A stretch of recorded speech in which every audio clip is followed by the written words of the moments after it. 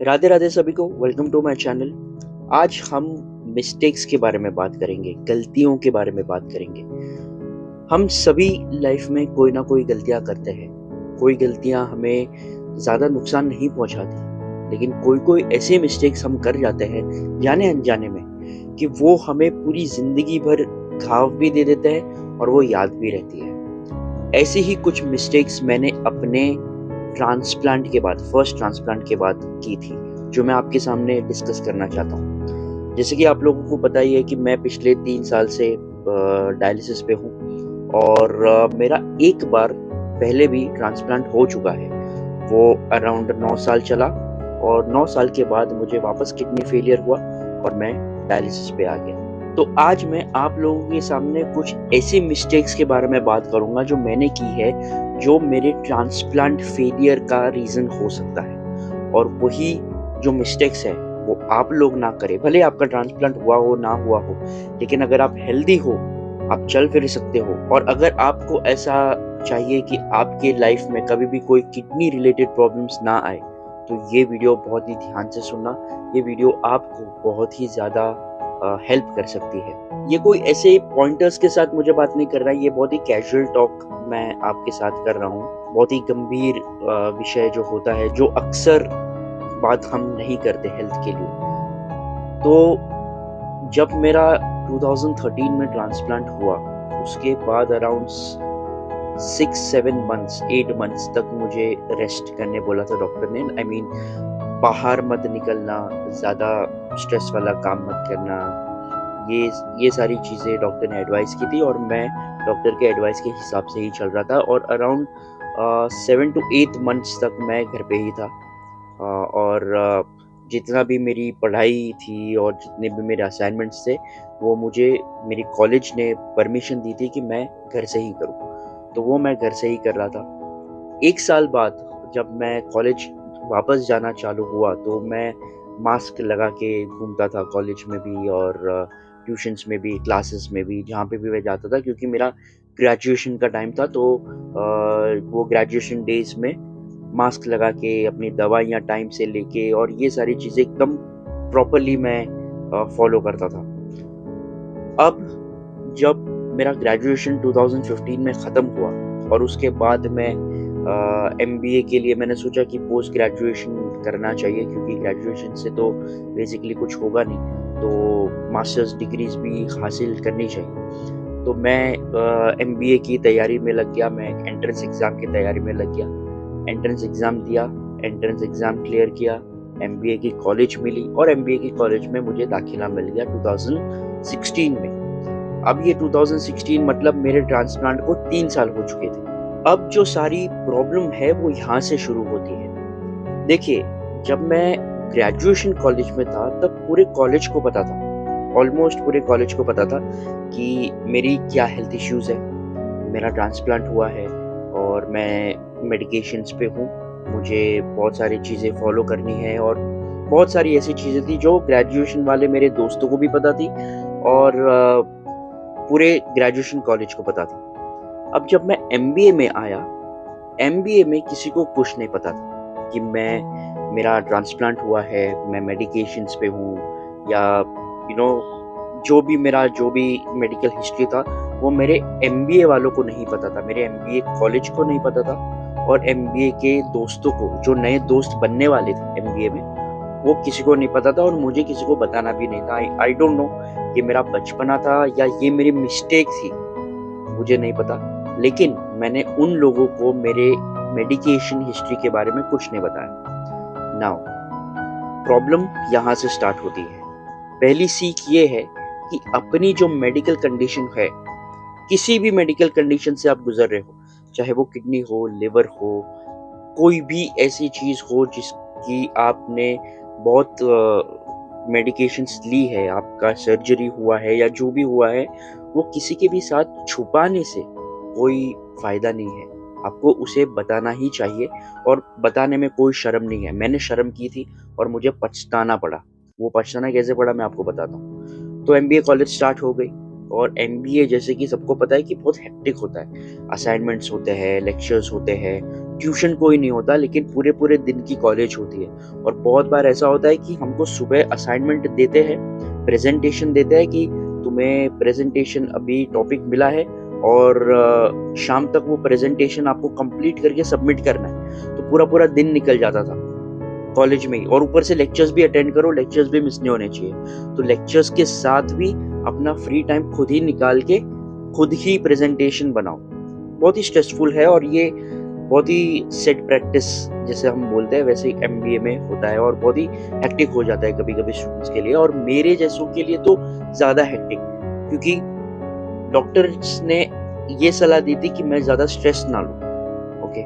और ज़्यादा अगर मैं स्ट्रेस हैंडल नहीं कर पा रहा हूँ, तो वो ज़्यादा स्ट्रेस वाला काम मैं ना करूँ। अब ये जब प्रेज़ेंटेशन वाला चीज़ें आ गई, तो वो तो पूरा हेक्टिक ही हो जाता है, फिर एकदम स्ट्रेस वाला हो जाता है। तो ये स्ट्रेसफुल में, ये हेक्टिक चीज़ों में मैं कभी-कभी अपना खाना भूल जाता था या पानी पीना भूल जाता था। पूरा-पूरा दिन चला जाता था बिना पानी पिए। अब मेरे जैसे इंसान को, जिसे किडनी का प्रॉब्लम था, जिसकी सर्जरी हुई है, उसे पानी पीना बहुत ही इम्पोर्टेंट हो जाता है। उसको कम से कम 2.5 से 3 लीटर तक पानी पीना बहुत ही इम्पोर्टेंट है। नॉर्मल इंसान को भी पानी पीने के लिए डॉक्टर बोलता है, तो मेरे जैसों को तो पानी पीना ही चाहिए। मैं वो पानी पीना बहुत बार भूल जाता था, मेरी पूरी-पूरी बॉटल ऐसे ही रहती थी, मैं भूल जाता था। फिर जब हम ब्रेक जब होता था, हमारा लंच टाइम होता था कॉलेज में, तो वो लंच टाइम में हम लाइब्रेरी जाते थे, या कोई भी ऐसे क्लासरूम में जाके हम हमारा असाइनमेंट करते थे, प्रेज़ेंटेशन करते थे। भले ही वो रोज़ नहीं होता था, लेकिन फिर भी जभी भी होता था, तभी हम हमारा लंच स्किप कर लेते थे, और फिर जब हमारा सब हो जाता था, उसके बाद हम लंच करते थे। मतलब लंच का भी, खाने का भी कोई टाइमिंग नहीं है। अब खाने का टाइमिंग नहीं है, तो कभी-कभी मेरी जो दवाइयाँ हैं, वो भी बैक एंड फ़ोर्थ हो जाती थी। फॉर एग्ज़ाम्पल, अगर मुझे 8 बजे अगर दवाई लेनी है, तो किसी कारणवश मुझे वो 8 का साढ़े 8 हो जाता था, तो दवाइयाँ भी लेट हो जाती थी। ऐसा नहीं मैं स्किप करता था, लेकिन वो दवाइयों का टाइमिंग स्किप हो जाता था। आधा-आधा घंटा, 15 मिनट, आधा घंटा लेट हो जाता था, तो वो एक प्रॉब्लम थी। ये सारी जब चीज़ें होना शुरू हुई, तो मेरे जो एमबीए के दोस्त थे, उन लोगों को तो ये पता नहीं है कि मुझे मेरी दवाइयाँ लेनी है, या मुझे टाइम पे पानी पीना है, या मुझे टाइम पे खाना खाना है। उन लोगों को तो यही था कि नॉर्मल है हमारे जैसा, क्योंकि उस टाइम पे मुझे कोई प्रॉब्लम नहीं होती थी, कोई भी प्रॉब्लम नहीं। मैं एकदम, आप मुझे देख के बता ही नहीं सकते, क्योंकि उन लोगों ने भी कभी नहीं सोचा था कि इसे कोई किडनी की प्रॉब्लम हो सकती है। मैं इतना एक्टिव था, इतना मैं कॉलेज की करिकुलर में भी पार्ट लेता था, प्रेज़ेंटेशन में भी मैं 1 नंबर था, मुझे असाइनमेंट्स में भी मैं सब असाइनमेंट करके देता था, तो किसी को भी ये चीज़ कभी दिमाग में भी नहीं आई थी कि मुझे कोई हेल्थ इश्यूज़ हो सकती है। तो ये एक बहुत ही बड़ा मैंने मिस्टेक किया था कि मैं अपने पानी पे ध्यान नहीं दे रहा था, मैं अपने खाने-पीने पे ध्यान नहीं दे रहा था, और मैं अपने दवाइयों पे ध्यान नहीं दे रहा था। ये एक बात हो गई। दूसरी बात ये थी कि मुझे डॉक्टर ने हर 2 महीने, 3 महीने पे मुझे चेकअप करवाने के लिए बोला था कि 3 महीने हो जाए तो अपना एक जो ब्लड रिपोर्ट है, वो ब्लड रिपोर्ट आप करवा लेना, और एक बार विज़िट करवा लेना डॉक्टर के पास। ये एक रेगुलर चीज़ थी जो हमें करनी थी, ताकि अगर कोई भी प्रॉब्लम हो, तो वो 3 महीने के बाद अगर कोई प्रॉब्लम डिटेक्ट हो रही है वो ब्लड रिपोर्ट में, तो उसका इलाज हो सके। ऐसे तो कोई प्रॉब्लम नहीं था, वो सिर्फ़ एक रेगुलर जो डॉक्टर के पास हम जाते हैं, वैसे ही चीज़ थी।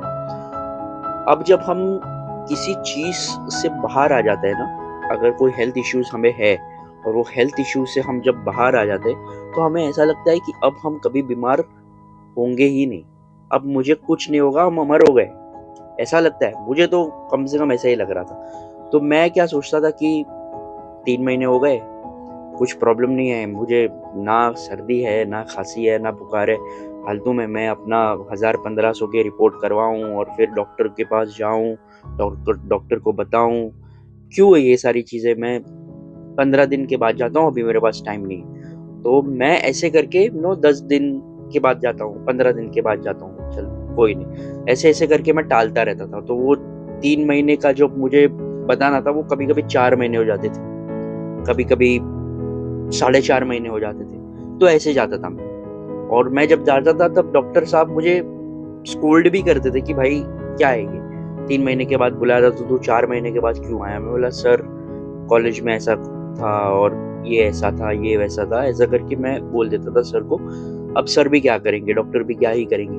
तो मुझे स्कोल्ड भी करते थे, लेकिन ये दूसरी मिस्टेक थी जो मैं करता था कि मैं डॉक्टर के पास अपना रेगुलर विजिट नहीं करता था। और ये मिस्टेक मैं बोलना चाहूंगा कि बहुत लोग 90% लोग ये मिस्टेक करते हैं। भले वो हेल्दी है, लेकिन मेरी एक एडवाइस है कि भले आप हेल्दी हो, आपको कुछ प्रॉब्लम नहीं है, आपको कभी जिंदगी में बुखार भी नहीं आया, और बहुत अच्छी बात है कि आपको कोई हेल्थ प्रॉब्लम नहीं है, लेकिन फिर भी आप अपना जो रेगुलर हेल्थ चेकअप है, रेगुलर बॉडी चेकअप है, वो करवाइए। अपने फैमिली डॉक्टर को मिलिए, उनसे कंसल्ट करिए, क्योंकि भगवान ना करे अगर आपको ऐसी कोई चीज बॉडी में हो रही है जिसकी आपको पता ही नहीं है, जिसकी आपको सिम्टम्स भी बॉडी में नहीं आ रहे हैं, जैसे कि किडनी की जो बीमारी है, बहुत टाइम तक उसके सिम्टम्स बॉडी में दिखाई नहीं देते। जब लास्ट हो जाता है, एंड हो जाता है, तब सिम्टम्स आना स्टार्ट होते हैं किडनी बीमारी में। तो ऐसी अगर कोई बीमारी अगर आपके बॉडी में हो रही है और आपने उसके लिए चेकअप नहीं किया, या अपना जो भी रेगुलर रूटीन चेकअप है वो अगर आप नहीं करवा रहे हो और आपको लास्ट में जाके डिटेक्ट हुआ, तो वो जो लास्ट वाला जब डिटेक्ट होगा वो आपको बहुत प्रॉब्लम देगा। इसीलिए आप 6 महीने में एक बार रिपोर्ट करवाने में क्या जाता है, 3 महीने में एक बार रिपोर्ट करवाने में क्या जाता है?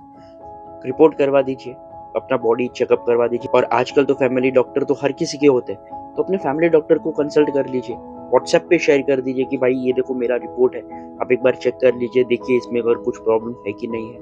3-4 महीने में एक बार रिपोर्ट करवाइए, अपने हेल्थ पे ध्यान दीजिए, क्योंकि एक बार अगर आप बेड रिडन हो गए, आपने जितने भी गोल्स सेट किए होंगे, जितने भी सपने देखे होंगे, जितना भी आपको टारगेट अचीव करना होगा, वो सारा का सारा धरा का धरा रह जाएगा, आप कुछ नहीं कर पाओगे। आप एक बार बेड रिडन हो गए, आपको एक बार कोई किसी गंभीर बीमारी ने पकड़ लिया, तो आप कुछ नहीं कर पाओगे। इससे बेटर है कि आप अपना हेल्थ पे ध्यान दें और अपने गोल्स पे ध्यान दें, क्योंकि अगर आप हट्टे कट्टे होंगे, आप चलते फिरते होंगे, तभी तो आप सारा चीजें हैंडल कर पाएंगे, वरना तो क्या ही कर पाओगे। इसीलिए जो मैंने मिस्टेक की है, जो मैं टालता रहता था कि मैं महीने के बाद जाता हूँ, 15 दिन के बाद जाता हूँ, अभी मुझे कोई प्रॉब्लम नहीं है। प्रॉब्लम है। प्रॉब्लम क्या है कि डॉक्टर को आप टाइम पे नहीं दिखा रहे हो, वो प्रॉब्लम है। तो अपने डॉक्टर को टाइम पे दिखाइए, अपने डॉक्टर को कंसल्ट टाइम पे कीजिए, अपने बॉडी का ध्यान रखिए, तो बॉडी आपका ध्यान रखेगी।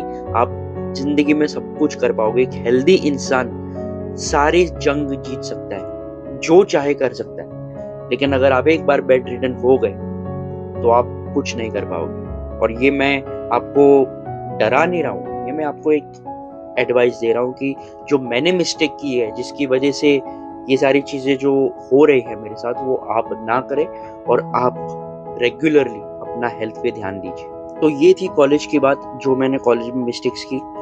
यही मिस्टेक्स मैंने कैरी फॉरवर्ड की जब मेरी जॉब लगी। जो मेरी फर्स्ट जॉब थी उसमें मुझे बहुत ही ज़्यादा लेट नाइट्स हो जाते थे, क्योंकि मीडिया कंपनी थी, तो बहुत लेट नाइट्स हो जाते थे। तो अगेन खाने पीने का प्रॉब्लम, अगेन दवाइयों का प्रॉब्लम, वही सेम जो मैंने कॉलेज में था, इस बार तो और ज़्यादा।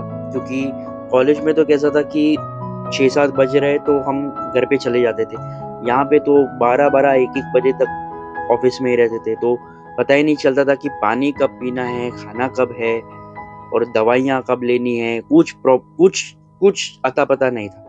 तो और उसमें प्रॉब्लम।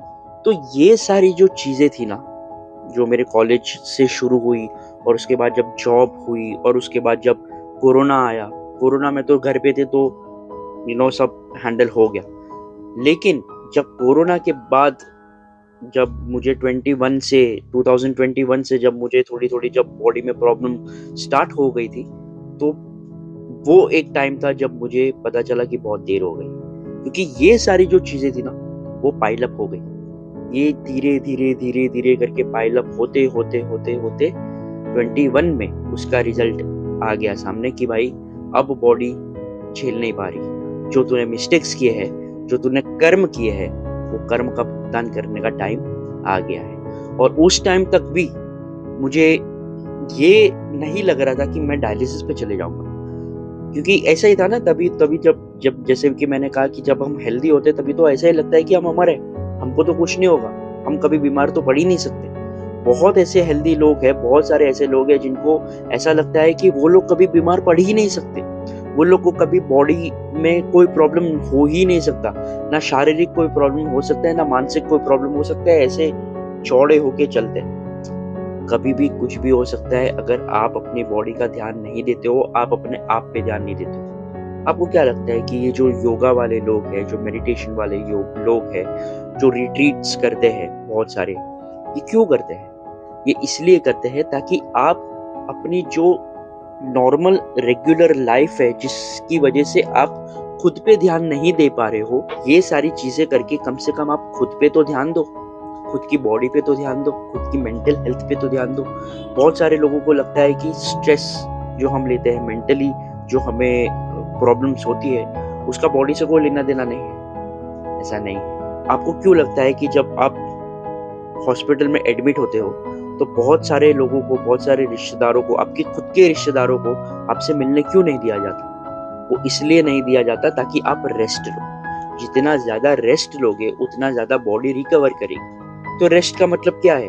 कि आपका जो मेंटल बैलेंस है वो शांत रहे, आपका जो थॉट्स है, विचार है, वो शांत रहे, ताकि आप जल्दी रिकवर करो। तो मेंटल हेल्थ भी बहुत अफेक्ट करती है बॉडी को। ये आपको आज पता नहीं चलेगा, लेकिन जैसे धीरे धीरे मुझे प्रॉब्लम हो रही थी, मेरा जो पाइल अप हुआ और 2021 में सब बर्स्ट हो गया, वैसे ही आपके लाइफ में भी जो आप धीरे धीरे धीरे करके आपके माइंड को इतना स्ट्रेस दे रहे हो, वो धीरे धीरे करके आपकी बॉडी में अफेक्ट होगा। और फिर एक दिन ऐसा आएगा कि आपको बहुत प्रॉब्लम्स हो गए, फिर आप सोचोगे कि यार मैंने तो ऐसा कुछ नहीं किया, तो मुझे ये सारी प्रॉब्लम्स क्यों हो रही है? ये प्रॉब्लम्स इसलिए हो रही है क्योंकि आपने वक्त रहते अपने आप पे ध्यान नहीं दिया। अपने आप पे ध्यान देना बहुत ही ज्यादा जरूरी है। खाना, पानी, अगर आपकी कोई दवाई चल रही है तो दवाई, आपका हेल्थ, आपका रेगुलर डॉक्टर विजिट, और आपके घर का और आपके बाहर का एनवायरनमेंट जो आपके माइंड को पॉजिटिव रखे, नेगेटिविटी की ओर ना ले जाए। ये 4-5 चीजें जो है वो बहुत बहुत बहुत ज्यादा इम्पोर्टेंट है, वरना आपकी लाइफ में आपके हेल्थ प्रॉब्लम्स कभी भी खत्म नहीं होंगे। बहुत सारे ऐसे लोग हैं, बहुत सारे ऐसे ओल्ड एज के भी लोग हैं जिन्हें मैं जानता हूँ, जो जिन्हें डायबिटीज है, हाई डायबिटीज है, हाई शुगर है। अब हाई डायबिटीज में, हाई शुगर में, जिन्हें बहुत हड्डी का भी प्रॉब्लम है, चलने में भी प्रॉब्लम होती है, या बहुत सारी ऐसी चीजों की प्रॉब्लम होती है, लेकिन वो अपने खाने पीने पे ध्यान नहीं देते। उन्हें मिर्ची वाला भी खाना है, उन्हें शुगर वाला भी खाना है, मीठा भी खाना है, उन्हें चटपटा भी खाना है, हाई सॉल्ट वाला खाना है, हाई ऑयल वाला खाना है। किसी भी चीज पे ध्यान नहीं देना है। और जब कुछ प्रॉब्लम हो तो सारा ब्लेम किस पे आता है? डॉक्टर पे आता है, भगवान पे आता है। डॉक्टर और भगवान, ये दोनों पे ब्लेम आते हैं कि डॉक्टर आपने मुझे संभाला नहीं, भगवान आपने मुझे संभाला नहीं। खुद तो संभालो खुद को। आप खुद खुद के बॉडी के लिए क्या कर रहे हो? आप हाई डायबिटीज है, आपको आपको हाई शुगर है, हाई कोलेस्ट्रॉल है, आर्थराइटिस है, बोन का प्रॉब्लम है, जो भी प्रॉब्लम है, आप उसके लिए क्या कर रहे हो? कुछ नहीं कर रहे हो। आपको हर जगह पे जाना है, हर चीज पे पार्टिसिपेट करना है, जो कि अच्छी बात है, हर चीज पे पार्टिसिपेट करनी चाहिए, हर जगह पे जाना भी चाहिए, लेकिन खुद की हेल्थ के बारे में तो सोचिए। आज मेरा डायलिसिस है, मुझे दिवाली पे गांव जाना था, लेकिन मेरे गांव में डायलिसिस की जो जगह है उसमें अच्छी फैसिलिटीज नहीं है, तो मैं नहीं जा पाया।